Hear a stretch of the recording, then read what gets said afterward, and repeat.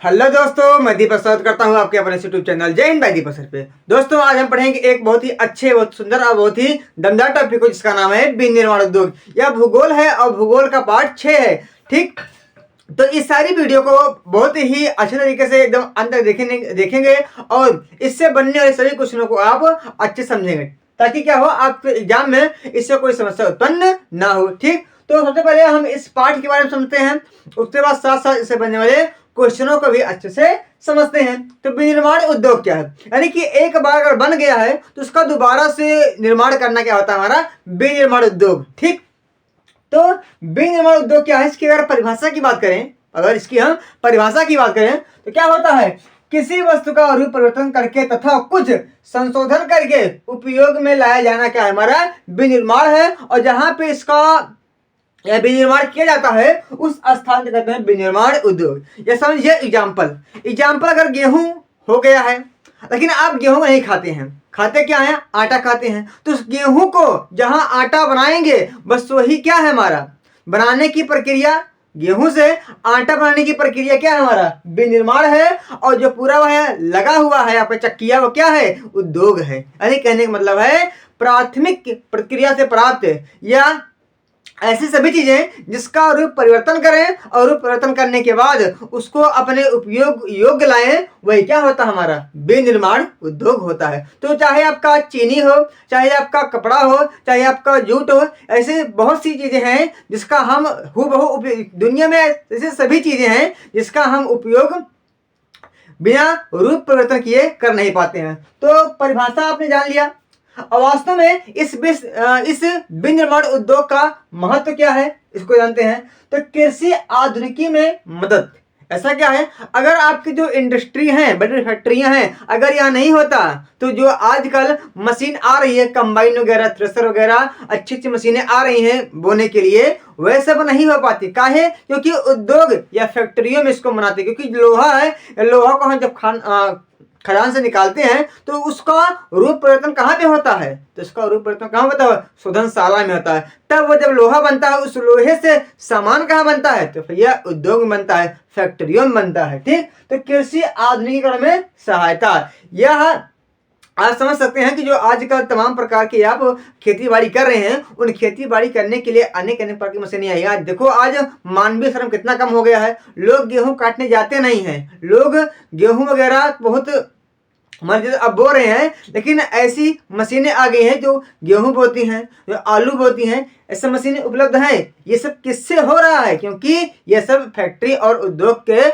बदौलत ही हो रहा है। ठीक, तो कृषि आधुनिकी में आपको यह सहायता देती है, साथ साथ प्राथमिक और द्वितीय क्षेत्र में रोजगार देती है। अच्छा, अगर नहीं, क्योंकि द्वितीय क्षेत्र हमने बता दूं आपको कि प्राथमिक और द्वितीय क्षेत्र यानी कि प्राकृतिक चीजों का हूबहू उपयोग करना क्या होता है, आपका प्राथमिक क्षेत्र होता है। लेकिन उस प्राथमिक चीजों का जहां रूप हम चेंज करते हैं, उससे कहते हैं द्वितीय क्षेत्र। तो चाहे वह प्राथमिक क्षेत्र हो, अगर भाई आप पैदा नहीं किया जाएगा तो उसका रूप परिवर्तन कैसे होगा, तो पैदा करने के लिए, उत्पन्न करने के लिए आपको काम करना पड़ेगा। साथ साथ उत्पन्न हुआ है, उपयोग योग लाने में फिर हमको क्या करना पड़ेगा, परिश्रम करना पड़ेगा। इसलिए प्राथमिक क्षेत्र और द्वितीय क्षेत्र, इन दोनों में क्या हो रहा है, लोगों को रोजगार मिल रहा है। अच्छा, जब लोगों को रोजगार मिलेगा तो क्या दूर होगी, बेरोजगारी दूर होगी, लोगों को काम मिलेगा, और साथ साथ क्या होगी, जो भुखमरी है, गरीबी है, ये भी दूर होगी। अब भाई जब लगातार लोगों को काम मिलेगा, उससे पैसा कमाएंगे, जब पैसा कमाएंगे तो आराम से अपना पेट पालेंगे, कोई टेंशन ही नहीं है। ठीक, तो बेरोजगारी और गरीबी ये दोनों दूर होती है, लोगों को रोजगार मिलता है, साथ साथ गरीबता भी दूर होती है।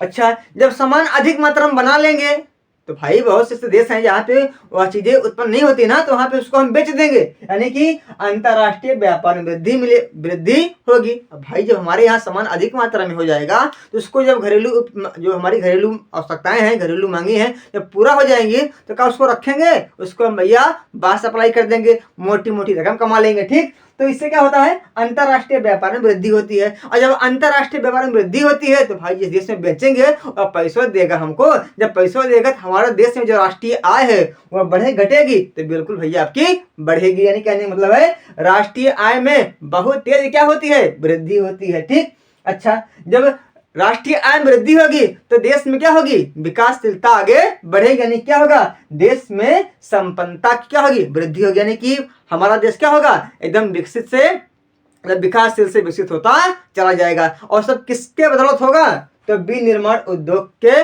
बदौलत ही होगा। या आप कहेंगे इसका विनिर्माण उद्योग का महत्व या विनिर्माण उद्योग का लाभ। इसको आप अगर आएगा तो हेडिंग डालेंगे और इस हेडिंग के बारे में आप कुछ ना कुछ लिखेंगे तो आपका नंबर पूरा फिक्स हो जाएगा। ठीक, तो 6 हेडिंग है, आपको इसको लिख लेना होगा और साथ साथ इसका एक बार रिवीजन कर लेना होगा, तब तो क्या हो जाएगा, ये जो आपकी 6-7 बातें हैं आपके दिमाग में पूरा बैठ जाएंगे। ठीक, अच्छा, किसी भी विनिर्माण उद्योग को लगाने के लिए किन किन चीजों की आवश्यकता होती है, यानी कहने का मतलब है उद्योगों की अवस्थी, यानी कि उद्योगों की स्थिति बनाने के लिए, लोग उद्योगों की स्थापना करने के लिए किन किन चीजों की आवश्यकता होती है। तो 6-7 बातें हैं जो हर एक प्रकार के उद्योग को लगाने के लिए बनती है, चाहे आपका चीनी उद्योग हो, चाहे आपका वस्त्र उद्योग हो, चाहे आपका कागज उद्योग हो, चाहे आपका लोहा उद्योग हो, चाहे जो उद्योग हो, कुल मिला के इन्हीं जो 6-7 बातें हैं उनको मतलब उनकी आवश्यकता होती है। पहला क्या है, कच्चा माल, क्योंकि कच्चा माल क्या है, जो प्राथमिक क्षेत्र से उत्पादित की गई चीजें हैं, यानी जिसका रूप परिवर्तन नहीं हुआ है,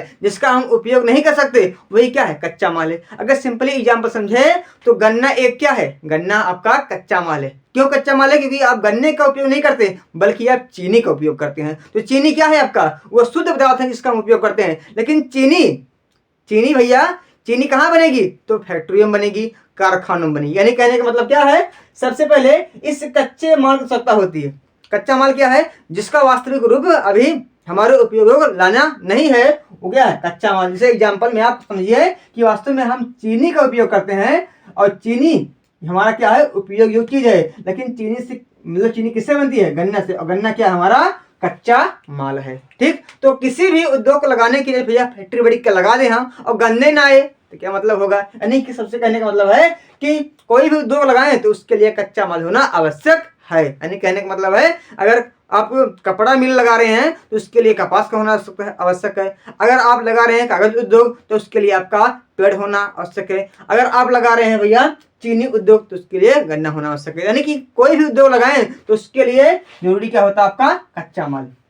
अच्छा, मान लीजिए हम फैक्ट्री लगा लिए, हमारे पास गन्ना भी बहुत मात्रा में है, लेकिन उस मशीनिया को चलाने के लिए हमारे पास ऊर्जा ही नहीं है, हमारे पास लाइट ही नहीं है। यानी कहने का मतलब है कि अगर कितना बड़ी मिल लगा लीजिएगा, लेकिन अगर बिना जब तक ऊर्जा नहीं होगी तब तक भैया वह मिल घुसकबे नहीं करेगा। जब मिल घुसकबे नहीं करेगा तो गन्ना से रखा रहेगा, उसका कोई मतलब है नहीं। यानी कहने का मतलब है कच्चे माल के साथ साथ ऊर्जा की भी आवश्यकता होती है, और जब ऊर्जा रहेगा तभी आपका क्या होगा, मशीनियां नाचेगी। अच्छा, इन सब के लिए सबसे मेन चीज क्या होता है, पूंजी। हमारे पास 100 रुपया है रही मतलब पैसा रहेगा ही नहीं तो कहाँ से हम गन्ना लेंगे, कहाँ से हम ऊर्जा बनाएंगे, कहाँ से लोगों को मजदूरी देंगे। तो उसके लिए सबसे मेन चीज क्या होनी चाहिए, सबसे मेन चीज पूंजी होना सकता है ना। बिना पूंजी कोई भी काम होता नहीं है। पैसा बहुत कुछ है और पैसा बहुत कुछ है ही नहीं है। ठीक, लेकिन जहां मान सम्मान की अगर बात आ जाए तो वहां पैसा कुछ नहीं है, लेकिन देखा जाए वास्तविक दुनिया में पैसा क्या है, सब खेला है। अच्छा, परिवहन क्या है, अगर मान लीजिए हमने गन्ना पा लिया, हम मान लीजिए चीनी उद्योग लगा रहे हैं, चीनी मिल लगा रहे हैं, हमने गन्ना भी खरीद लिया, हमारे पास ऊर्जा भी है, हमने चीनी बना लिया, लेकिन चीनी को रखेंगे, क्योंकि चीनी अगर हम बनाते हैं तो उसका सप्लाई भी होना क्या है, आवश्यक है। और हमारे पास परिवहन ये नहीं है, दूसरे के ऊपर निर्भर है, वो आए या ना आए कोई मतलब ही नहीं है। यानी कहने का मतलब है कि अगर आपके पास ये है तो परिवहन भी आपके पास उपलब्ध होना आवश्यक है। अगर आपके पास परिवहन नहीं रहेगा तो आप जो उद्योग लगाए हैं सब हो जाएगा आपका चौपट। यानी कि उस सामान को जो आप बनाए हैं उसको देश देश में विदेशों में सप्लाई करने की भी आपको आवश्यकता है, और उसके लिए क्या चाहिए, परिवहन।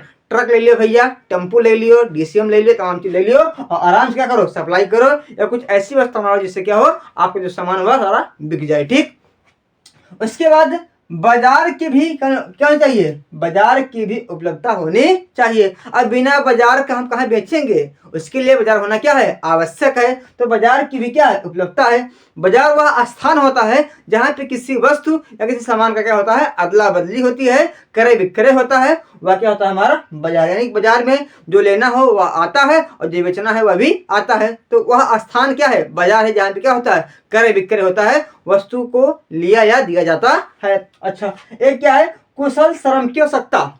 यानी कि ये भी क्या है, अच्छा गन्नवा को पेरने के लिए, साथ साथ चीनी को लाद के पीठ पर और ट्रक तक पहुंचाने के लिए, और या अनेक प्रकार के जो कुछ काम साफ सफाई होती है उसको करने के लिए हमें कुशल श्रम की आवश्यकता होती है। अगर भैया श्रमिक नहीं रहेगा, काम करने वाला नहीं रहेगा, लेबर नहीं रहेगा, तो इसे आपकी जो फैक्ट्री इसे बन खड़ी की खड़ी रह जाएगी। यानी कि इसमें क्या है, अगर एक भी चीज आपका नहीं रहेगा तो आपका जो उद्योग है वह लगभग नहीं पाएगा। या क्या है, इस सब की आवश्यकता किसी भी प्रकार के उद्योग को लगाने के लिए होती है। तो मुझे उम्मीद है कि ये सारी बातें आपको समझ में आ गई होंगी। इसको क्या करेंगे, आप नोट डाउन कर लेंगे।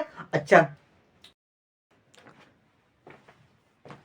अब पढ़ते हैं किसको, हम उद्योग के प्रकार को। तो उद्योग को 4 प्रकार से बांटा गया है। पहला कच्चा माल के आधार पे, दूसरा आपका बांटा गया है भूमिका के आधार पे, तीसरा आपका पूंजी निवेश के अनुसार, उसके बाद आपके स्वामित्व यानी कि मालिकाना के आधार पे। तो जो 4 प्रकार के उद्योग हैं उनको भी अलग अलग प्रकार से बांटा गया है। जो कच्चे माल के आधार पे है तो 2 प्रकार से, यानी कि कच्चा माल एक बनता है आपका कृषि से और एक कच्चा माल आपका प्राप्त होता है खनन से। यानी कि जो कच्चे माल के आधार पे हैं आपको 2 प्रकार से बांटे गए हैं। यानी कि ऐसे उद्योग जिनके लिए कच्चा माल कृषि से आता है उससे कहते हैं कृषि उद्योग। ये भी कच्चा माल कृषि से, आपका गन्ना क्या है, गन्ना एक कच्चा माल है, उससे क्या बनता है आपका चीनी बनता है। जो आपका जो वस्त्र पहने हो आप, जो वस्त्र पहना हूं मैं या आप सब पहनते हैं, उसके लिए कपास, आप भले इसका दौर नहीं रहा लेकिन अब पहले जमाने में कच्चे माल के आधार पे सूती वस्त्र बनाए जाते थे। जो कागज आता है किससे आता है, वह पेड़ पौधे से आता है, उसके लिए उसकी खेती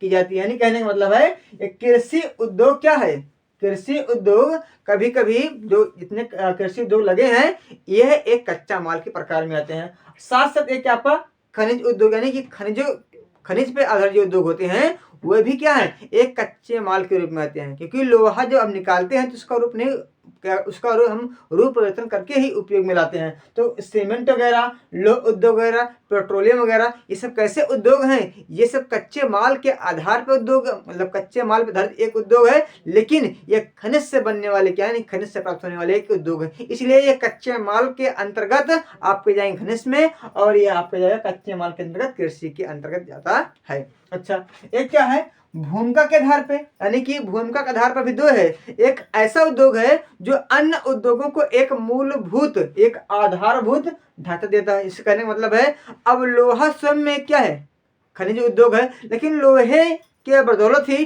जो अन्य खनिज हैं वह, मतलब अन्य प्रकार के उद्योग हैं वह निर्भर है। जैसे आपका जो चक्की वगैरह होता है या जो ऐसी आपकी बड़ी बड़ी फैक्ट्रियां होती हैं वह किसके ऊपर डिपेंड है, वह केवल लोह इस्पात के ऊपर निर्भर है। यानी कि आधारभूत उद्योग क्या होता है, आधारभूत उद्योग ऐसा उद्योग होता है जिसके ऊपर जो अन्य उद्योग हैं वह निर्भर रहते हैं। जैसे आपका लोह इस्पात उद्योग, ये स्वयं क्या है, अन्य प्रकार के लोहा वाले उद्योग इस उद्योग पर निर्भर होते हैं। अब एक क्या है उपभोक्ता उद्योग। उपभोक्ता उद्योग क्या है, यानी कि एक ऐसा उद्योग जो अपने ग्राहकों को स्वयं जाके अपने सामान का सप्लाई करता है, अपने सामान को बेचता है, उसे कहते हैं क्या, उपभोक्ता उद्योग। चीनी सीधा क्या होती है, अगर चीनी फैक्ट्री से बनती है सीधा कहाँ आती है, किसी अन्य व्यक्ति के पास नहीं जाती है, वह सीधा सप्लाई होती है हमारे मार्केट में। जो कागज होता है, जो आपका इलेक्ट्रॉनिक सामान होती हैं, ये सब कैसे होते हैं, ये सब उपभोक्ता यानी कि ग्राहक वाली सामान्य होती हैं। तो मैंने आपको बताया 2 प्रकार का, एक कच्चा माल के आधार पर, एक भूमिका के आधार पर, एक है आपके निवेश यानी कि पूंजी के आधार पे। ठीक,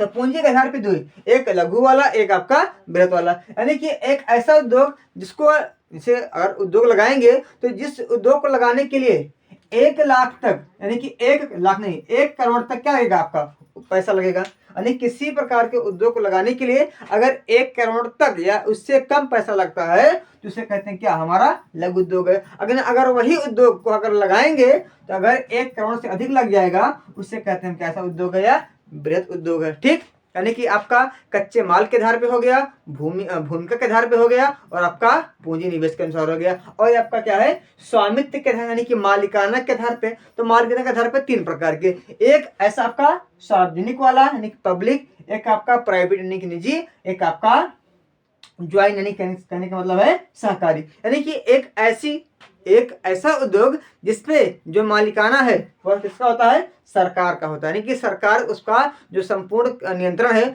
अपने हाथों में रखती है, उसे कहते हैं क्या, सार्वजनिक उद्योग है। यानी कहने का मतलब आपका जो सेल भेल तमाम प्रकार की कंपनियां आपकी हैं, ये सब कैसी कंपनियां हैं, ये भैया सार्वजनिक, यानी कि इसका जो नियंत्रण है सरकार के हाथ में होता है। ठीक, आप एक का है निजी वाला, यानी कि जो किसी व्यक्ति के द्वारा या व्यक्ति के समूहों के द्वारा, यानी कि उनका जो मालिक हो कोई एक व्यक्ति है या 3-4 लोग मिलकर क्या करे हैं, पार्टनरशिप में उसकी स्थापना किए हैं, तो कैसा रहेगा आपका निजी उद्योग। यानी कि जैसे आपका महिंद्रा क्या है, एक प्राइवेट है, जो आपका रिलायंस क्या है, एक प्राइवेट है, जो आपका जियो है क्या है, एक प्राइवेट है। यानी कहने का मतलब है कि ऐसे उद्योग जिसका जो मालिक होता है कोई एक व्यक्ति होता है या एक व्यक्ति समूह होता है, उसे कहते हैं क्या, निजी उद्योग। और सहकारी क्या है, दोनों, आधा सरकारी आधा प्राइवेट, यानी कहने का मतलब है कि जिसपे सरकार और जो अन्य व्यक्ति हैं, प्राइवेट व्यक्ति हैं, ये दोनों उस पर अपना मालिकाना जताते हैं, उसे कहते हैं क्या, सहकारी उद्योग। इसे आपका OIL यानी कि ऑयल इंडिया लिमिटेड एक ऐसी कंपनी है जो आधा सरकार के हाथ में है और आधा किसके हाथ में है, आपके किसी व्यक्ति के हाथ में। तो ये 4 प्रकार से, यानी कि जो आपके किताब में है, ये 4 प्रकार से उद्योगों का बंटवारा किया गया है। और नहीं को आएगा, यानी साथ में क्वेश्चन लिखेगा कि उद्योग क्या है भारत में, मतलब उद्योग क्या होता है, इसके प्रकारों को आप डिफाइन कीजिए। तो आप लिखेंगे 4 प्रकार के, एक कच्चे माल के आधार पे, एक भूमिका के आधार पे, एक पूंजी निवेश के आधार पे, एक स्वामित्व के आधार पे। ठीक, इनको डालेंगे हेडिंग के रूप में और इसके बाद इनको डालेंगे और इसके बारे में आप लिखेंगे और एग्जाम्पल वगैरह फिर देंगे। ठीक, तो मुझे उम्मीद है कि यह आपको पूरा समझ में आ गया होगा। अब मिलते हैं इसके नेक्स्ट पार्ट के साथ किसी एक विशेष उद्योग को लेकर, चाहे आपका कागज उद्योग चाहे कपड़ा उद्योग। बस आज के लिए इतना काफी। जय हिंद, जय भारत।